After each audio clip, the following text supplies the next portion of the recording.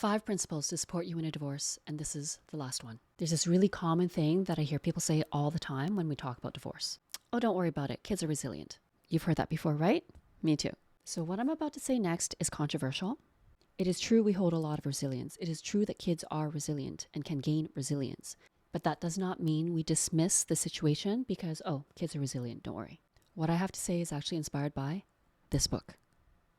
I'm not affiliated with the author in any way. I just picked up this book at the time when my kids were going through high anxiety because of the divorce. The book I just showed you is a collection of reflections from children of divorce who are now adults. One of the things that came up for those children is this notion of resilience and how dismissive it can be, and that in the moments they didn't feel resilient. They felt lost, overwhelmed. This goes back to what I talk about a lot in my other channel, Vivian Maraki, so if you want to find me there, you can. The way that we traditionally define resilience, this traditional resilience, is a stoic resilience. It's all about how much can you withstand without breaking. And yet the original word resilience comes from a Latin term resiliere, and that word means to recoil or to bounce back. In somatics, when we talk about resilience, we talk about coming back to our center and how quickly we can come back to our center.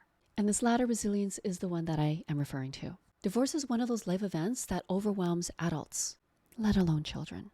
Adults who've gone through the development and have a full mental capacity to understand what's really going on, versus children who don't. When we talk about building up resilience, resilience is absolutely built from friction. Just like trees, you need wind for the roots to grow. But resilience is not built only from the wind. Resilience requires care and nurture in order to allow the roots to grow.